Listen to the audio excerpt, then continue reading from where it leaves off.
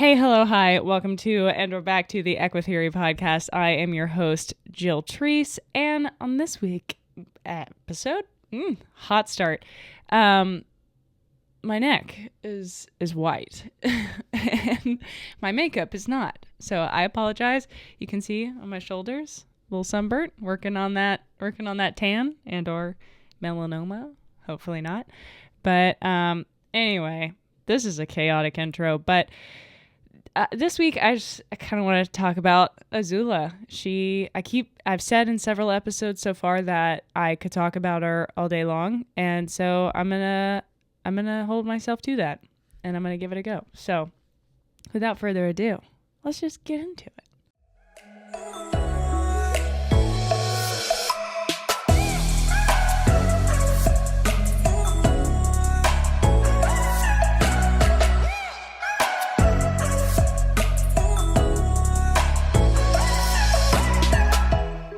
Okay, so Azula, what on earth could we talk about? Well, I think it is only appropriate that we start from the beginning.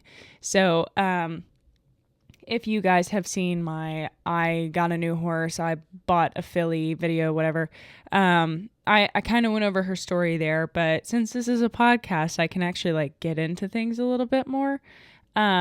So yeah, let's do that. So once upon a time, my boss, I work on a horse farm, right? Also, if you don't, did I introduce myself? I'm Jill. I'm the host. Whatever. There's a cat. This is Walrus. Walrus. Okay, he's being shy. Anyway, I'm Jill. So chaos ensues. That's this episode so far. But I'm going to try and stay to somewhat of a timeline on this episode because it's a simple one. I can do that. Maybe. Anyway, so I work on a horse farm for my boss. She breeds and raises / acquires race horses and, puts them in training and sends them off to become race horses. And so she has a lot of homebreds here. She has a lot, and I say a lot, but I'm thinking grand scheme of things, not all running at the same time. She's had a lot, but usually only 2 to 3 at a time. I think we only have one running right now. But anyway, so she knows a lot of the racetrack people around these parts, and I'm not sure exactly what the situation was with Azula's damn is the word, D-A-M, not the expletive. Her mother, damn, is named Lady. We decided to call her Lady. So I'm not sure what the situation was with her people entirely, but I know that they were, or I believe that they were kind of tight financially, and were like, hey, we've got 2 mares and 2 foals, and they're both bred back, and we just need to lighten our load a little bit. So would it be possible for you guys to take this filly that we have? We haven't been able to lay a hand on her. She won't let you touch her. She's feral, unfriendly, and the mare is super sweet. Would you guys just take the filly, and then whenever the mare is ready to foal out, we'll take her back? And we were like, okay. So we went to their place with Sunny is my boss. Her big long, I think it's a 3 or 4 horse living quarters trailer, but it has a ramp and it's got a lot of space. So we used it to haul mares and babies a lot. So just because it's big and open on the inside. So we pulled up with it, and we were thinking this is going to be a disaster. This filly won't let anybody touch her. How are we going to get her on the trailer? And so we get the trailer all backed up and everything, and sorry, I'm still dealing with a lot of allergy type stuff. I'm choking on my snot. Love that. So cute. Anyway, so we back the trailer up, get it all situated, and grabbed some panels to connect kind of to the back door to make a chute from the little paddock that they were in that would kind of direct traffic into the trailer. And so we we got that all set up, and then we went just to kind of get acquainted with her. And we walked in there, and Lady, the mare, super sweet. And the filly was like not having it, would not let you come within 5 feet of her, was like, absolutely not. Get away from me. And so then we went to their neighboring paddock, which had another mare and another foal. I'm not sure why they weren't together. I would have put them together. And this mare and foal were super, super sweet, so cute. Both of them were all about being scratched and like, just, they were just all about it. And so I even like jokingly said to Sunny, I was like, why can't we take this one? And she was like, they're keeping this one because they like it. The other one is not good. And what was funny was at the time, like before we got there, I had been binge watching Avatar: Last Airbender on Netflix because I watched it growing up on Nickelodeon back before streaming services. And so I grew up on that show and I loved it. It was one of my favorite shows ever. And I always am like looking out for potential horse names because we always have babies or new horses off the track or rescues. So we always have different horses coming in. So I kind of have to keep like a Rolodex of potential names. And when I was watching Avatar: The Last Airbender, I was like, man, there are a lot of really cool names in here. Like Sozin's Comet would be a cool name. Or I started watching The Legend of Korra after that. I'd already seen a little bit of it, but I hadn't seen the whole thing. I think I watched it on Prime or something. And like Pema was a name that was mentioned. And I was like, that would be a really pretty name for like a docile, quiet mare. Sorry, I'm trying to mute all my devices. I forgot to do that. And so anyway, I was just thinking about names and I was like, I really like the name Azula. And when we got into the truck to go pick up this filly, I said to Sunny, I was like, I've been watching this show that I grew up on. That was a big part of my childhood. And there are a bunch of really cool names in it. And there's this one name that I really like. And if this filly's cool, then I'll give it to her. And she was like, oh, you're saving that one? And I was like, yeah, it's a good one. And she was like, well, what is it? And I was like, it's Azula. And I told her that before we pulled out of the farm to go look at her. And we got there and, the whole ride there, I was like looking up, the details and stuff. So Azula's dam's name is I Am Superior To, Too. And she is her sire, her father, if you're not familiar with horsey terms, her sire is Afleet Alex. And I strongly encourage you to like pull up a video of Afleet Alex. That horse is cool. He, like in the Triple Crown, and I'll preface this by saying I am not a racehorse person. I don't know a ton about racing. So if some of the details are not like how you might explain them if you were a racehorse person, don't judge me. But so from my understanding, the Triple Crown has the Preakness, the Belmont, and oh my God, what's the other one? I forget. There's a third. But anyway, so the Preakness is the longest one. And Afleet Alex, I think it's been a minute since I saw the video, but I think a horse kind of like drifted in front of him and it tripped him. And he's tripped pretty good and like not quite falling down to his knees, but nearly.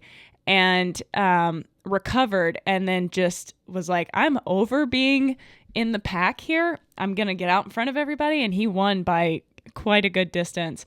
Just a lot of heart and determination, like a really, really cool horse. And so I had a Breyer horse when I was younger of Afleet Alex. It's in the pose that Zenyatta's in. I also had that one growing up. I was obsessed with them because they were bay thoroughbreds, and all I've ever had is bay thoroughbreds for the most part. And they're very much my type.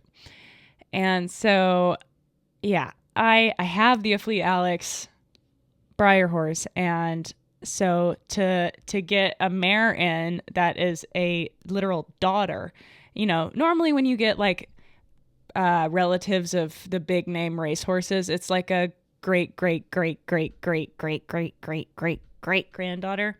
It always makes me giggle when I'm on OTTB Connect and somebody posts their horse's pedigree and they're like, oh my God, he has Secretariat. And I'm like, everyone has Secretariat. He is the Genghis Khan of horses. And so, it was cool to have one that's so closely related, and she looks so much like him. And so Azula is the granddaughter. And so her grandsire is Afleet Alex. And I thought that was pretty darn cool because I have a prior horse of him. And then we got the filly in, and I decided after spending, like when we first got her, she was very scragamuffin-y. And I guess I should finish telling my story. When we got there, she had like shed it out on her shoulder and her chest, but her back and her hindquarters and legs, like she had the fuzziest full coat ever and looked like she needed to be wormed. And she had a tick on her, like in her armpit of her front leg that was making it swollen. And, but you couldn't get near her. So how are you supposed to worm her? How are you supposed to get the tick off that's making her armpit swell? And so I was like, these will be things that we'll be addressing. And so, surprisingly, because Lady is just so good, she walked right up into the trailer and Azula went right behind her. It was not an issue. So loading them was super easy. We pulled into the farm, unloaded Lady, and walked her into a stall. We had a big like divider wall that we could push over. So it was like a really big stall that Zoe was in stall rest for when she had kissing spine surgery and colic surgery. And hi, Wally. So Azula and Lady were in there, and we didn't know what to call Lady because her race name was I Am Superior To, TOO. What?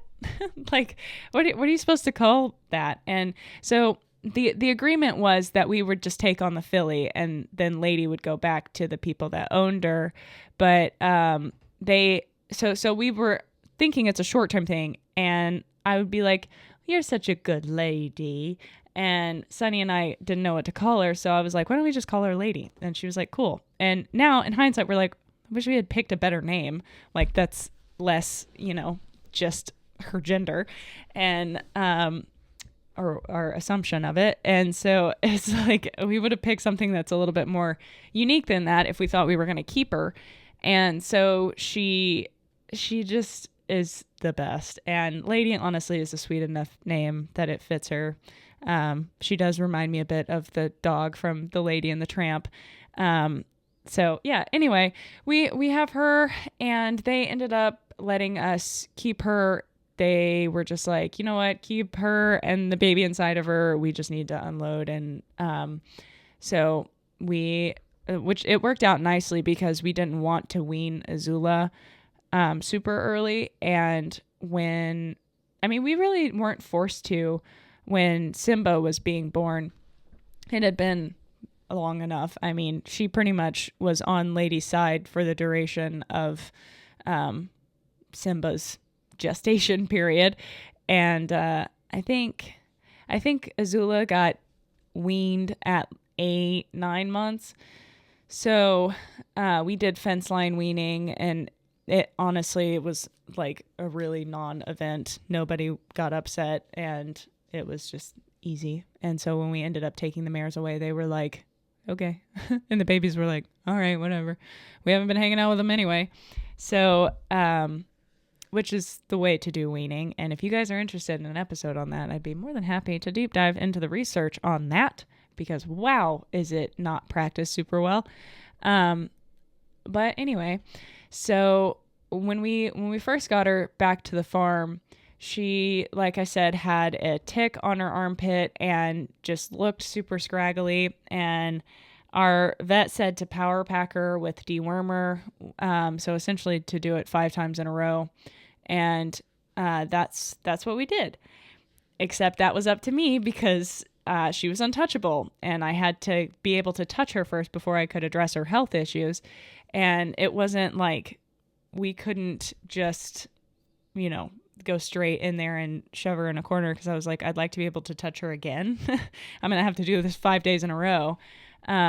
So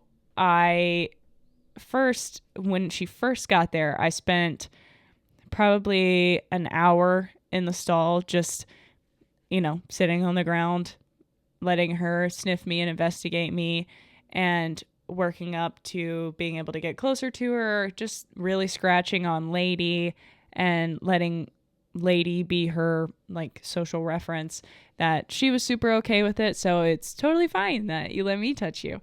And so, yeah, I can't remember exactly how long it took, but it was pretty quick that I was able to just yank the tick off of her armpit, which was like the best feeling ever, because I was like, oh, I did it. I was able to help. And she let me. And then I could scratch her shoulder and stuff. She was really weird about her head for a long time.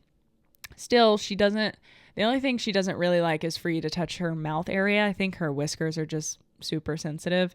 But everything else she's pretty chill with. But it took a while, and then I started working with her on being able to deworm her, and I kind of just did what I could with that because I had to do it 5 days in a row. So some days it would take me 10 minutes, and other days it would take me an hour, and I would have to resort to sneaking up on her and getting it done. But she never had like a super offended reaction or anything. She was always like, okay, whatever, you win today. And then after that, I started with her halter training. And so I had experience with Astro and Dexter so far, but those were babies that came straight out the womb and had been handled and knew me and were much more open to me doing things with them. Azula was 5 months old and had not been touched by another human, and she had presumably gone to breeding centers and stuff with her mom, and or been separated from her mom while she got bred back to Moonshine Malin, who is Simba's sire. And so I don't know what all happened in there, but she was either separated or traveled, and I can only imagine that was quite stressful. And with nobody being able to touch her, I'm sure there was a bit of force used in order to touch her and like move her around, get her on the trailer, get her separated, things like that. So, she just didn't have a fantastic start, but it's a typical start. Not that that's justification, but is what it is. So, it was a process, and she came around, but not as fast as Astro or Dexter did. They were pretty easy to halter, but I had that experience. However, now I was working with a horse that didn't trust me at all and was significantly older and had a lot of opinions about things. But I filmed the whole thing, and it's up on my YouTube channel of working on haltering Azula. I did a really good job documenting her process in the beginning, and that kind of fell off. But started with haltering and then leading and hoof handling, doing things like that. And just over that process, I kind of just accidentally fell in love with her.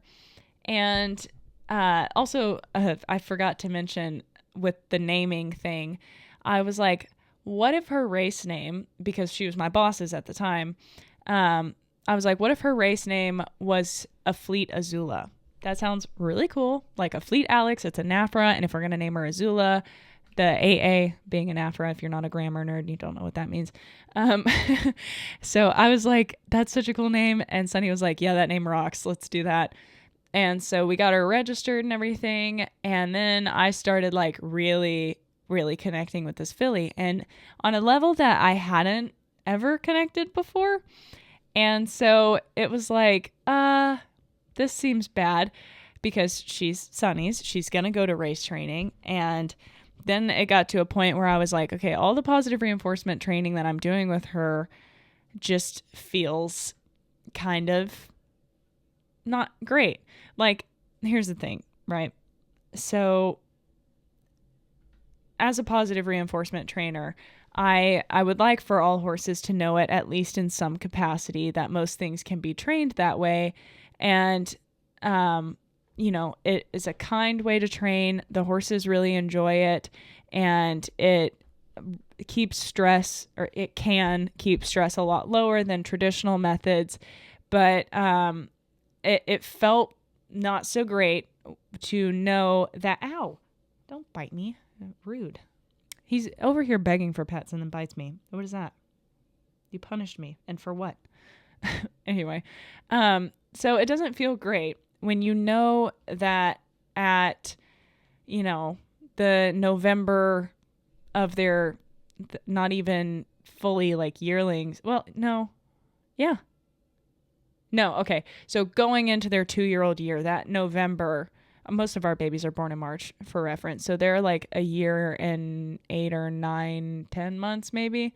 So coming 2-year-olds, they go off to race training.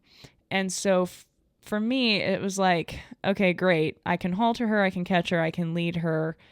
Beyond that, I kind of hate to do any positive reinforcement training because she's just not going to understand.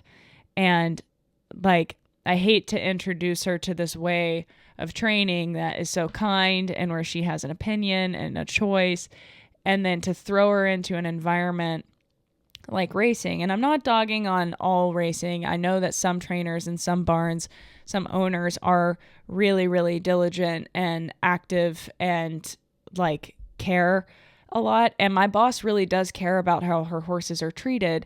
But when they go to the trainer at the track and the trainer has grooms and jockeys and people working under them, the information kind of gets lost.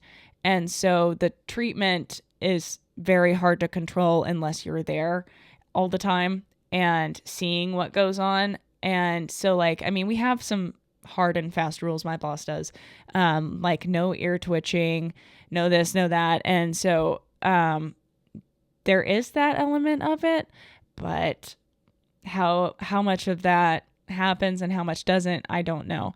And so I was just like, man, it sucks because I want to do all this training with her and I really connect with her. And it would be so exciting to have a young horse that I trained from the ground up that has only ever known, me and not these bad experiences and not my bad training, my new science-based, connection-based, training that I've come to choose because I've really evaluated and studied, not because of just what I'm being told. So I was like, that would be so cool, but she's going to go to racing for a while and that's going to kind of disrupt that. And also I hate to get her started on that and show her this way. And I don't know if that's wrong-headed or not, but it felt kind of futile, I guess. And I talked to several other trainers about it and they were like, well, at least she would know it or she would be better prepared than most. And I was like, okay, so that's why I did the hoof handling and stuff. But beyond that, I was like, it's just, I don't want to teach her one way and then have that be wrong. Like, here's an example. Okay. So I was lunging Wiley yesterday. Wiley's our big 18-hand Appaloosa guy. He is so cool. He is a Russian warm blood. I was lunging him in the arena and I was just asking him, not even really lunging, just asking him to walk around me at a distance because he hadn't been in the arena before. It'd been a while since he'd been ridden. We're bringing him back into work after having some foot issues. So I was just having him walk around the new arena on the lunge. And when I would ask him to walk on with the lunge whip, just lift it a little out to the side, he would flick his haunches away from me and stand and face me. And I have lunged a lot of horses and I have lunged a lot of horses under a lot of other instruction. And sometimes when you're lunging a young horse, you'll get them going and they'll get about halfway around the circle. And it's almost like they pick a spot that they start turning to face you and they'll be going along trotting or cantering. And at that spot, they'll turn and face you. A lot of times what happens is the lunger walks in front of the shoulder and kind of blocks them. So then they turn and face you. But even if they haven't been taught that, a lot of horses will just kind of intuit that. But Wiley, I wasn't doing that because I pride myself on being a very good lunger and watching their body language and mine and how I'm communicating.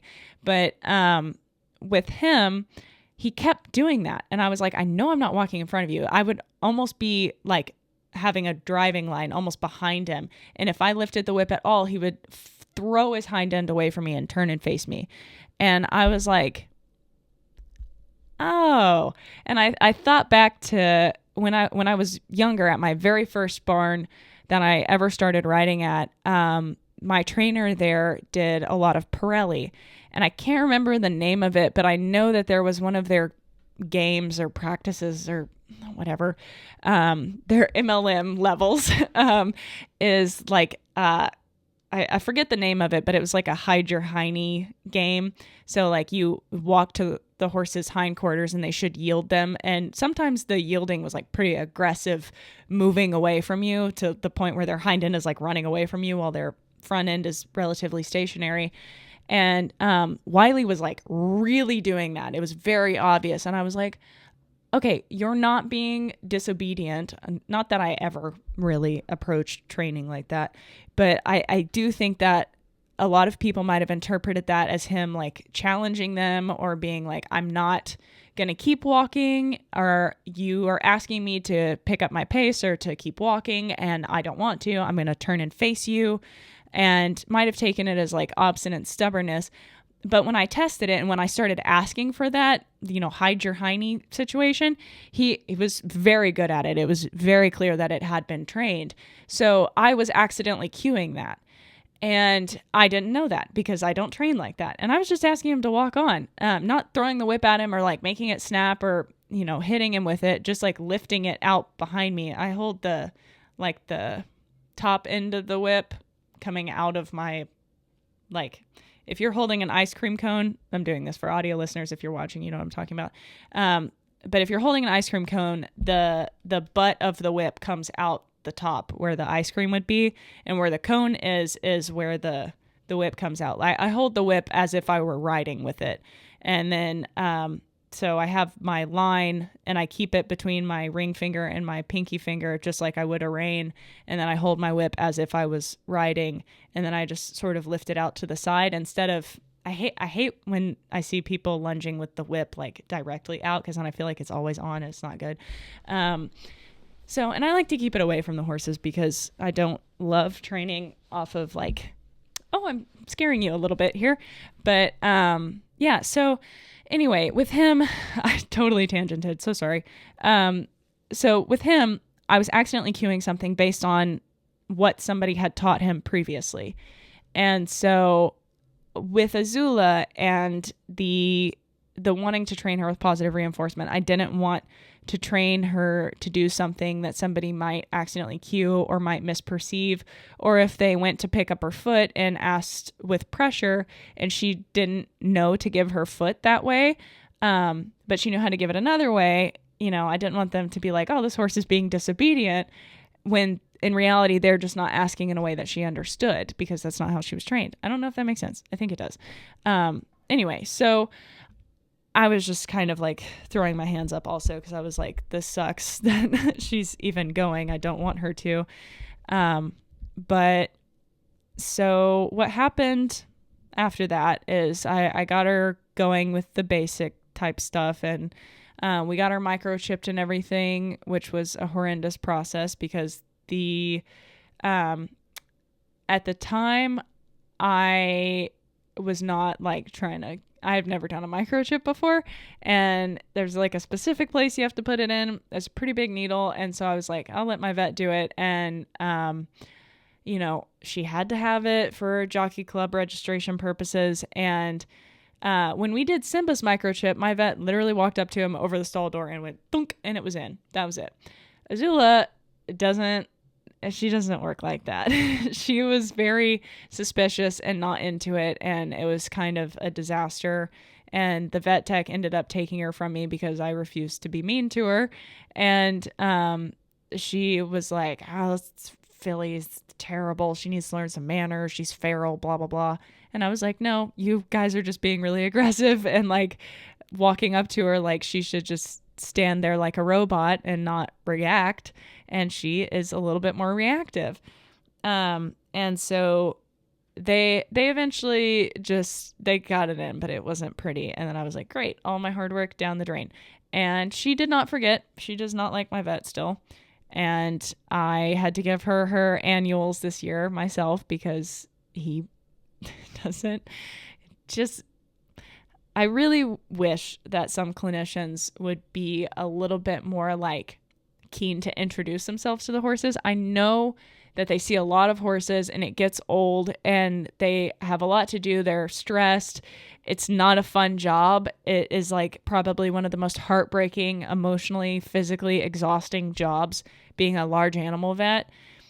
But I just wish, especially with new horses, if they would just take the time to let them sniff their hand, introduce them, rub their neck a little bit, and just like be like, I see you. Hi. Nice to meet you. Like before proceeding and poking and prodding and all of that, I really think it would go a long way. But that tangent aside, we got going with her, and there was one point where I was like, I'm not going to work with her because I know that I am too invested with this filly. I like her too much, and she's going to go to race training, and I don't need to be a part of it because it's just, I can't mentally. And so, because like normally I'm really good at working with other people's horses and not getting attached, but for some reason I got really attached to Azula. And so I put some distance between myself and her, and I didn't work with her for a while. She was handleable enough, and I was like, that's it. So moving forward, we moved her up to a field that was pretty close to my house, and then I ended up hanging out with her a little bit more, spending more time with her. And then when we moved farms, she walked up on the trailer grate. She was super keen to like participate, do whatever. And then I just kind of started thinking about it, and I was like, you know what? Seriously, after the track, she's mine. Like, I'm going to take her after the track. And then when we moved out here, she ended up getting injured and cutting her shoulder open, and she was on stall rest, and I started working with her more, and I was like, man, I wish there was something I could do. And I had talked to Steph K Equestrian on Instagram, who is a fellow trainer of the positive reinforcement breed. And she came out with some of her clients to look at, if you guys remember Sterling, who is now Stippling. He's our little Appaloosa colt that we had. One of her clients purchased him. And when she was out here, we were talking about it. And she was like, well, I think we might have actually had a phone call after the fact. She was like, have you like offered to buy her? And I was like, no, actually, I haven't. Could I? And I was like, Steph, I'm going to have to let you go because I got to think about this. And so I did. I sat down and I thought about it, and I was like, I'm not financially independent at the moment. My parents are kind enough to stay supporting me, and I'm working on getting there, but it is very difficult. And I'm sure that some of you are like, yeah, you're telling me I am financially independent and it sucks and it's hard, that I'm in debt. And so I'm fortunate enough that I do have my parents' support. But even with that, like, it's still hard. And I run out of money some weeks, and I'm like, I need food and I can't afford it this week, and I don't ask for more. And so, like, they pretty much pay my rent, phone, and gas at the moment, which thank God for that. Because gas prices are woof, I hear. But yeah, so I'm really, really fortunate in that way. It's embarrassing to talk about, and part of me like doesn't want to include that in the episode because I'm like, what a child you are. But I'm working on it, and that's why last night I moved the podcast over to Anchor so I can start making money that way. And I'm still in grad school, and so I pretty much just went straight from undergrad to graduate, and this fall I'll be starting an actual job with that, doing my practicum stuff. So this is a really long-winded justification that is a result of my insecurity of talking about not being financially independent at 23 years old. But it's hard, man. things are expensive, and I am lucky enough to have their support, and so I'm taking it instead of being in debt out of pride at this point. So please don't judge me. That's all I'm asking. Anyway, so I totally forgot what I was talking. Oh, okay. So I was like, it seems unwise to buy a horse, another one, when I don't even own the one that I already have. My parents own Zoe. And so I talked to them about it. I was not looking forward to that conversation, and they were very encouraging about it, which I was not expecting. They were like, if you think it's what's best for her and you think that's a good investment, then yeah, I think you should do it. They were like, if she goes to the track, you run the risk of her having a lot of the issues that Zoe has, like her weaving or her kissing spine, or not that that's necessarily a direct result. It sure didn't help. But like the weaving, the bobbing, the anxiety, the ulcers, colicking, and like having that as an early start to life, they were like, it seems, and also the risk of injury just in general at the track, and being started so young. They were like, it makes sense. If you're serious about this, then I think you should do it. And I was like, whoa, okay, awesome. Thank you, supportive parents. The heck? I wasn't expecting that. Love that. Not that they're not supportive, but they are fiscally responsible. Is financially, how are those words different? That is a question that I don't know the answer to. But anyway, so I had some money saved and ended up going ahead and purchasing Azula, and now she's mine. And that was very stressful, and I immediately had a lot of anxiety and like post-purchase regret and like, oh my God, what have I done? And it's very stressful. I don't recommend doing it before you're financially able. And yeah, so I don't know, but I'm very happy that I did at the end of the day, because Azula is she's just different. She is so special to me, and she really feels like the first horse that I have not like actually chosen, but chosen for myself, if that makes sense. Like I said in earlier episodes that Zoe and Bo and Dragonfly and Bingo, they all kind of appeared out of convenience more so. Like Bingo was at that Pirelli barn that I started out at, and he was the school horse that I liked the best, so we bought him.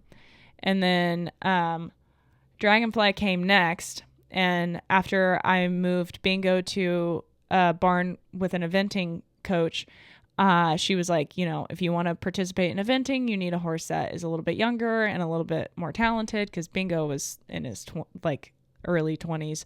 And so I was like, oh, okay, cool beans. Let me do that. And so we went to Holly Hill in Louisiana, and Dragonfly was there, and I tried him. Bless you. While he's sneezing. That's so cute. So I went and I tried him, and I liked him, and we bought him. And then Bo, we went to Florida, and I actually really hated Bo when I got on him, oddly enough. All of the horses that I tried when I was in Florida, I really didn't like, except for this one horse. But we were told he was 13, and when we vetted him, he turned out to be closer to 20. And I was like, oof, nope, no thank you. I don't know, like, horse people can be very slimy with sales. And so it was like, if you're being dishonest about that and that far off, when the vet was like, it's very obviously, an 18 or so year old horse. And the people, we knew that to be skeptical. But regardless, Bo was like the only one that was sound and not out of our budget. And so I had actually asked to get off of him, because when I was trying him, because he scared me when I was 14, and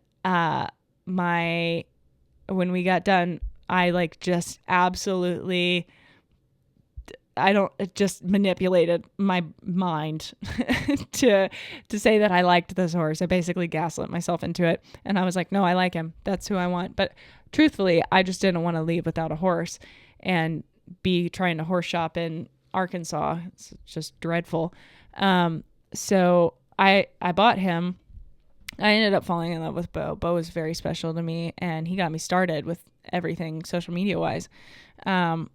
But then Zoe also kind of fell into my lap because she was a project from Sunny, and she was really talented. And the lady that bought her from Sunny wanted me to compete on her because she originally bought her for herself and then was like, I'm never going to ride her. She's too young, too spicy. You do her better. Why don't you buy her? And so we did that. And so like all of the horses that I've had have just kind of fallen into my lap. And then I'm like, yeah, let's do that. So I have one. But Azula was the first one that like I actually really tried to stay away from because I didn't think it was a good idea.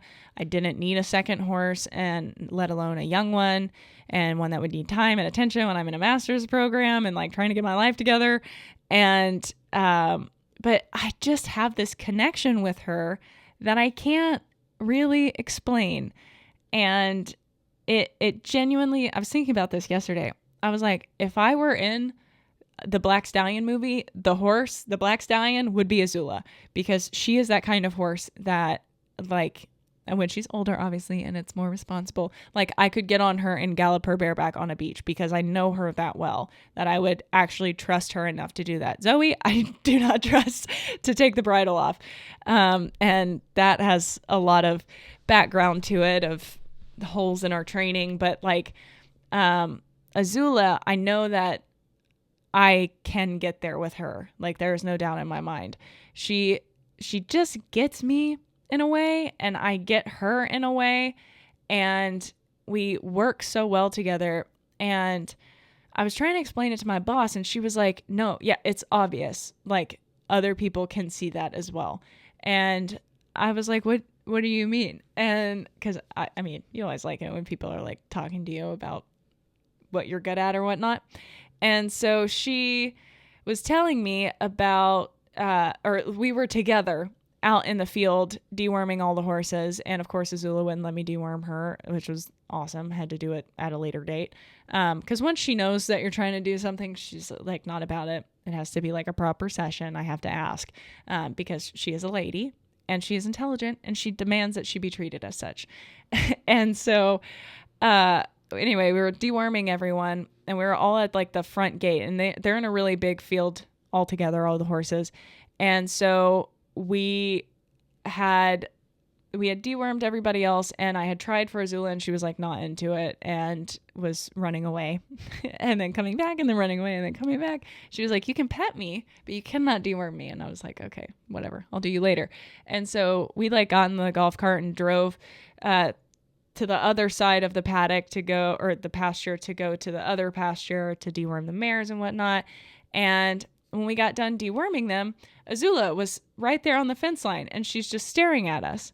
And I was like, the whole herd, her entire herd was way, way over the complete opposite side of this field. I wish I could give you an estimate, but I'm terrible at estimating distance.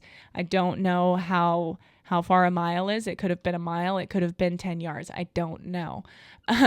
But a really big field, complete opposite ends from her entire herd. Just my filly by herself staring straight at us. And we drove out of the field, and then she starts like trotting the fence line with us. And so I was driving the golf cart. So naturally I stopped and I got out and I was talking to her and petting her and whatever. And my boss was like, that is just nuts. She's 2 years old. She like, you would think she'd want to be with her herd, and she came over here with you because you changed fields. And we drove behind the little shelter, and the second I was out of eyesight, she took off back to the herd. And there have just been a lot of instances like that I'll be out in her field and we'll just go on walks together, and she's comfortable leaving everybody as long as we're together. And I I just feel differently about her than I ever have about any other horse. There's some sort of pull to her that I really can't put into words. It's just a feeling. And she has this energy about her that is just addicting. And in my last episode or 2 episodes ago, I talked about how she just has this authenticity, like she knows who she is and she's very sure of herself and she's strong in that. And I really admire that and respect that in her. And so I really think she already has been and is going to continue to be an amazing teacher for me, that like about how to work with a horse while respecting them, allowing them to have a voice, while you are also allowed to have a voice, and respecting yourself, and like, you know, how that works as a relationship, not as a dictatorship, you know. And so really cool, really exciting. I love that filly. I could go on forever just about how she just has this energy about her, and I know it so well. Like, I wish I could put it into words that don't sound super corny or lame.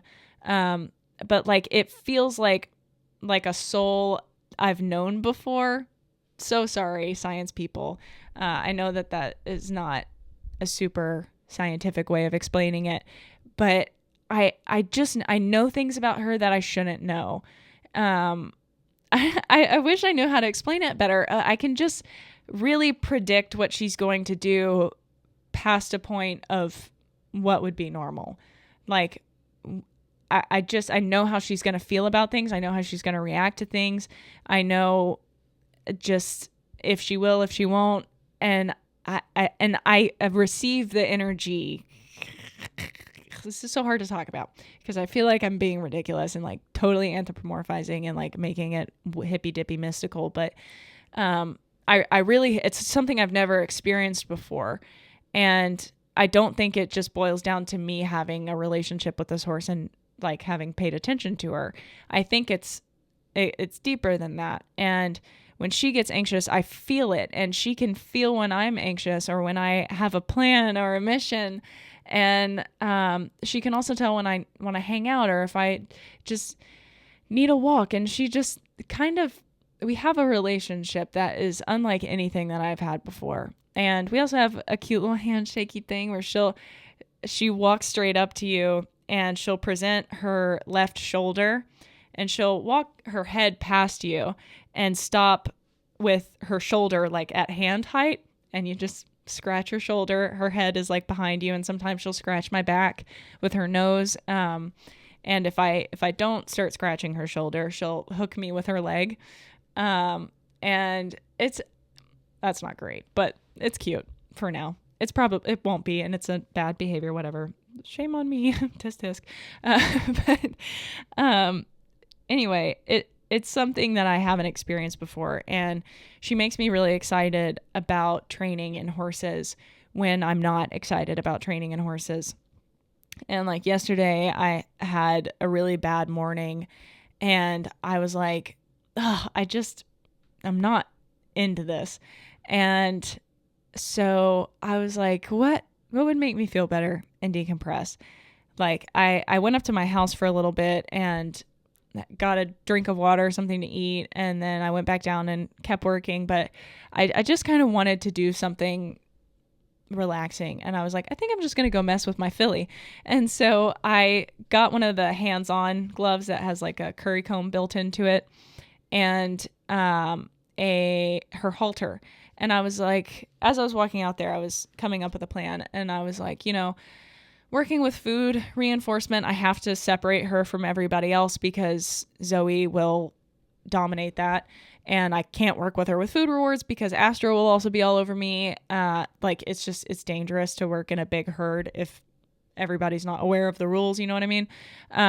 So I was like, maybe I'll just stick with scratches for now. I don't know why it hasn't occurred to me before, but let's do that. And so I went out there with her halter and a glove. It just keeps my hands a little bit cleaner than having black fingernails that get stained from dirt. And so I went out there and walked up to her, and she was like, oh, hi, and walked up to me, and we met in the middle, and I started scratching her all over, and she kept like kind of scooting forward, like with her hind end like moving its way to where I was scratching. So I like to kind of just like stay scratching in one place and let the horse move around, or I step back and hold my hand out, and whatever body part they put in my hand, I'm like, okay, I'll scratch there. And they pretty quickly learn that you'll scratch wherever they're asking. Sometimes you have to adjust high, low, whatever. But she's scooting back towards her bum, and I was looking under, and we have a tick problem out here for real. So if you guys have any like tips and tricks on how to keep ticks off of the horses, short of like putting flea collars around their fetlocks, which is what I'm thinking about doing. That's a joke. But she, in between her udders, in between her back legs, there was a tick the size of a blueberry, like a genetically modified large blueberry. It was disgusting. I have a serious issue with ticks, like a serious issue with ticks. I think in the hoof handling video that I did with her here on YouTube,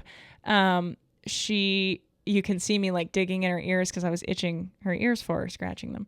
And there was a tick in there, and I freaked out. That I like seriously have a phobia of them. I got seed ticks at one point in my life. I have Rocky Mountain spotted fever from ticks. Like, I don't do ticks. I have a reaction that I cannot control. Thankfully, I was wearing the hands-on gloves, so I was like, I don't have an issue touching it as long as I don't touch it for very long. But I couldn't do it with my bare hand. Like, no. I used to be able to. Now I physically cannot bring myself to do it. Anyway, point being, I got it, and then I was like scratching where it was, because tick bites are itchy, and she was lifting her back leg for me to scratch in there, and it was funny because Zoe will not let me touch back there. She got better about it with positive reinforcement, where she would tolerate it. She'd still like lash her tail a little bit, but she wasn't trying to kick me like she used to. But Azula, on the other hand, is like, oh yeah, get in there. It's itchy. And just had her lip going and was very into it. And so that was cool.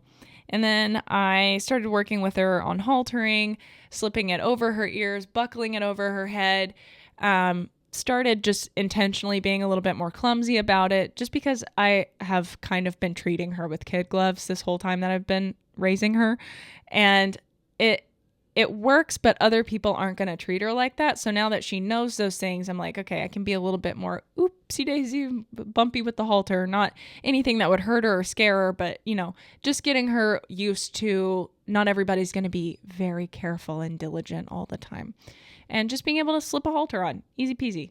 And she was really, really good about it. She let me pick up all 4 feet. Awesome. Wonderful. She's 2 years old. She should be able to. And then I walked over to this, I don't even know what it really is. It's like you can see it on my Instagram. I also made a TikTok of it. I was standing on this concrete well thing. It's like built into the ground, and it has a little metal handly thing that comes up that I guess you could like tie a rope to and have a bucket and go down, but it's only like, it's not deep at all. So I don't know why that is there. Maybe it used to be a well and it got filled in at one point. I don't know what happened, but anyway, I'm standing on the edge of it, the out of the ground part, and I just like called Azula walked over there, and she followed me, and I was standing up there and I was leaning over her, scratching her with a hands-on glove, and then I just stepped back and started doing it with my foot. And then I set my heel on her back and then on her butt, and like just having my leg resting on her. And she was cool with it. Started scratching her with it. And she left at one point to chase my dog. Her and Mila have a relationship. They love to play with each other. It scares me so much for both of them. But Mila's never like violent about it. The horses sometimes are, but Mila's very fast, so I'm not super worried about it. But they play back and forth. Mila's a German Shepherd, just so we're clear. She's not like a little dog. But they play, so she just like started walking after her, and then she stopped to graze, and I was like, I wasn't done. So I said, Rue, come here. And she came back and just walked over to me and lined herself up. And so I started scratching her again. So I think we're on the right track to being able to, like when she's older, to be able to start sitting on her and getting used to things like that. I'm not going to do it while she's a 2-year-old. and not while she's a 3-year-old. I might sit on her, but I'm not going to be like riding her, walking her around. And if anything, it would be close to when she's a coming 4-year-old. So like not right when she turns 3 like Zoe was. I don't want kissing spine again, but horses' backs don't fully like develop and set until they're 6 years old. So we have plenty of time. It would just be nice to I just would want to do it. So when she's coming 4, I'll probably just sit, but we have a long time to go before then. But for now, it's nice just to be like, yeah, you're cool at that. And just preparing for those things. Like, can I just scratch your back? Can I scratch over to the other side? Can I maybe like when we're on the ground, can I lay my body across your back? And just, habituating her to those things, getting used to me doing human things, and reinforcing her all along the way and never doing it to a point where it's making her nervous or scaring her, things like that. So it's been a really cool experience working with her and like learning the ropes of working with a young horse, because I've only ever worked with young horses that are broke to ride, at various levels, but they know how to go under saddle. So Azula's my first, I did this all by myself. Nobody else has handled her in the way that I have. And so, yeah, that's my story with Azula. I think I'm going to go ahead and wrap it up there. I'm trying to keep these to around an hour for the sake of uploading, and my software's development speed is slow.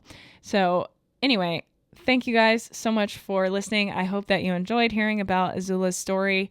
She is just a magical little creature, and I'm so lucky to have her in my life. I think that she is marvelous.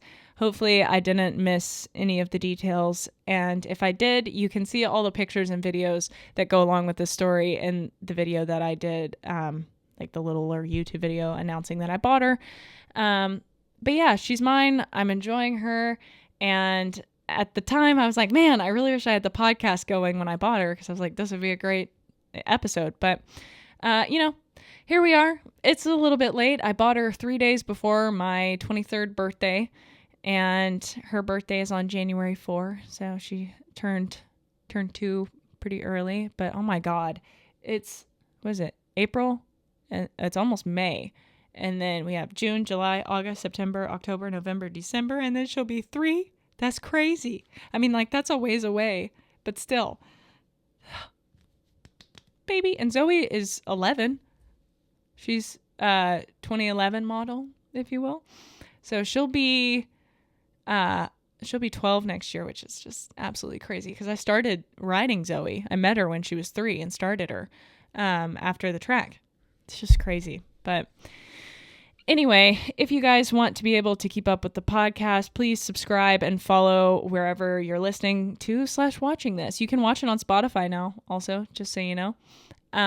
But you are also, if you are interested, able to follow us on Instagram and places. You can find me at JETEquiTheory everywhere, and the EquiTheory podcast has an Instagram. I haven't decided if I'm going to keep the Facebook page up just because of cross-posting issues. But that's that. And I think that's all I'm going to say. I'm going to go ahead and end this one. Keep it under an hour. So thank you guys so much for watching and listening. I really appreciate it. And I will catch you guys in the next one. Peace.